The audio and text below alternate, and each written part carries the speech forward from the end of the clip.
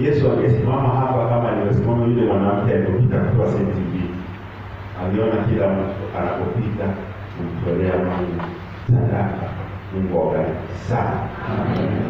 Awabariki makazi inayoendelea. Kwa niaba yenu pia nimshukuru sana mwinjilisti Makule. Ametoka na jasho kuandaa somo la leo. Haikuwa somo rahisi, lakini ameliandaa vizuri. Na sisi tunaitia kwamba kunyeshewa na mvua bure, tumetendewa haki. Mungu awabariki sana. Nashukuru pia mwinjilisti kushirikiana nami katika ibada. Tunashukuru sana. Kwaya wanaume asanteni, kwaya asante sana, wapigaji wa vyombo tunashukuru sana, wazee wa shairi. Mungu awabariki. Bwana asifiwe. Na tutoka na wimbo wa namba 429. Nasema hali ya hewa pale haifai, tutafunga hapa 429 tutaiba